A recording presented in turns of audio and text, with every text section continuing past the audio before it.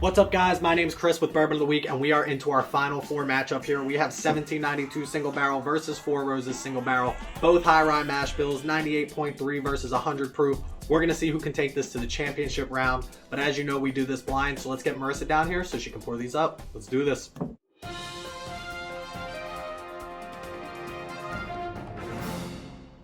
All right, we're at it again. Let's get this started.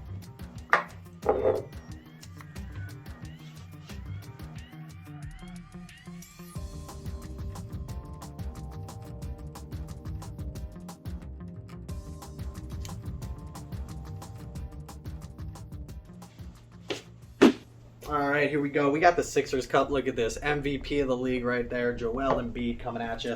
Got rid of the Flyers Cup here for a little bit because they're making me a little angry. But here we go. 1792 single barrel. Four Roses single barrel. You've already been introduced to both of these guys. Like I said, high rye mash bills. But we're going to see who takes the cake and moves this into our final championship bracket. We're going to start here with A. I don't know if I'm going to be able to tell these two apart. Again, very similar in proof, very similar in rye. They say anywhere from 15 to 25% on this one because it's an undisclosed mash bill.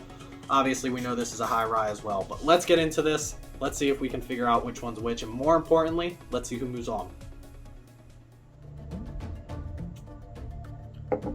Completely forgot to say time for the traditional sip.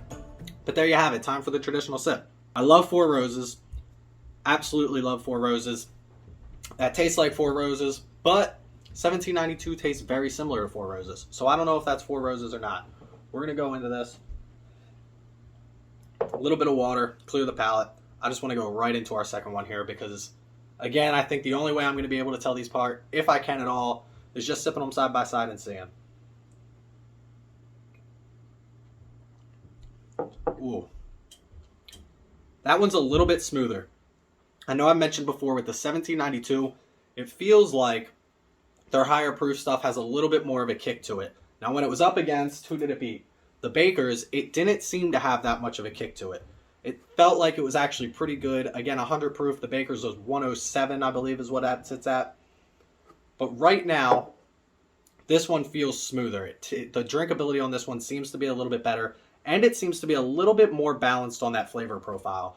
Very good flavor profile here, but it feels like it's a lot more rye and a lot more spice, and that's about it. There's no real other good flavors that come out of this when comparing it to this one. Now, don't get me wrong, this is still a very good bourbon. This one tastes like it's a more refined, well-balanced flavor profile than this one, and that's just right off the first sip there. But let's see. Let's keep drinking. Let's see what we figure out. Yeah, again, very good rye kick. Very smooth now that it's the second sip or third sip after having a sip of this.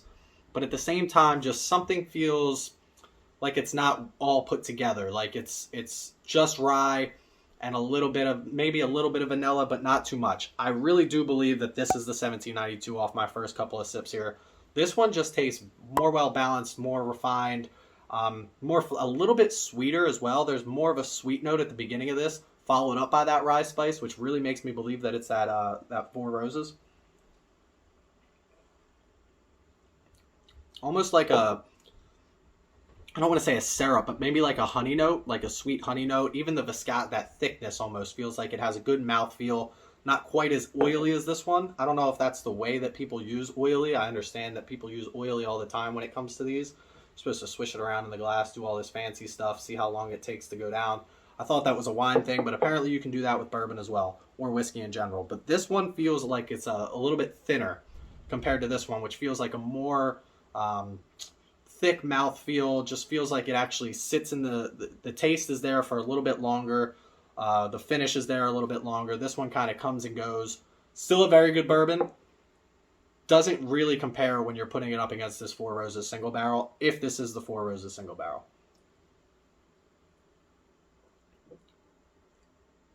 That's just all around solid.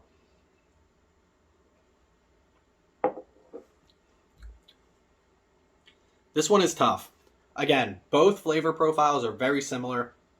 A little bit of honey note, a little bit of a vanilla, maybe a little bit of caramel. I actually don't get too much caramel off of B. Maybe it's caramel instead of honey that I'm thinking of.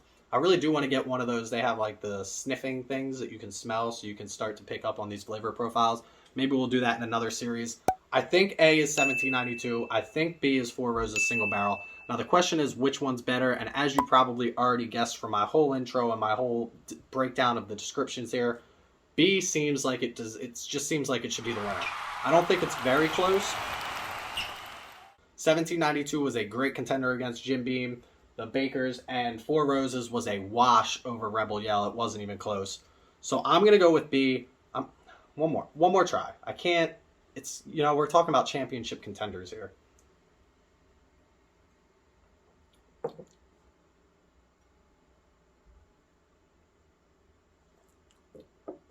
Yeah.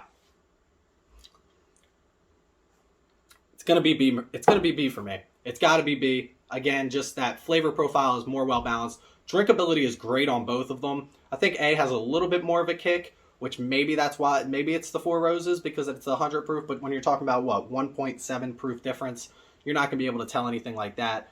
So I think A is still 1792. I think B is the Four Roses. I think B should go. I think the Four Roses, before I started this, I thought the Four Roses was going to win just because I'm a huge fan of the Four Roses. I have the small batch as one of my daily sippers. I drink it all the time. It's always on the shelves. I haven't had the small batch select yet, but we're going to get that eventually. So let's see the big reveal. Let's do this. This one here, B. That's the Four Roses. Easy. Easy pick there. Four Roses is obviously a great contender. They're going on to the championship round. 1792 did amazing in this bracket. Not many people had them beating Bakers in the Elite Eight. So for them to move on to the Final Four this year, great matchup there. But Four Roses is just all around well-defined, well-refined, great name in the game, and they're moving on to the championship round against, we're soon to find out, either Russell's Reserve or New Riff. Another one that I think we're going to be able to pick off the bat, but we're going to try it out. But in the meantime, make sure you check me out on Instagram at Bourbon of the Week. Throughout this entire March Madness, we're doing giveaways. At the end, I'm going to add up, if you guessed correctly on my Instagram, you're going to get entered in the grand prize drawing. We're giving away hoodies, we're giving away shirts, we're giving away handshakes, all kinds of stuff. So make sure you check me out and follow me on Instagram at Bourbon of the Week. And if you haven't already, click that subscribe button down low. We're getting to that 500 subscriber mark, and I can't thank you guys enough for that. So there you have it. Four Roses is going to come in with the win. 1792, a great contender, but it's going to go back on the shelf for another month here until we end this right now. But that's all for this week. Make sure you check me out in 2 days. We're going to do the last of the Final Four, and then next week, the championship round. Don't drink and drive, guys. Drink responsibly, and as always, stay healthy, stay happy, stay drinking. Cheers.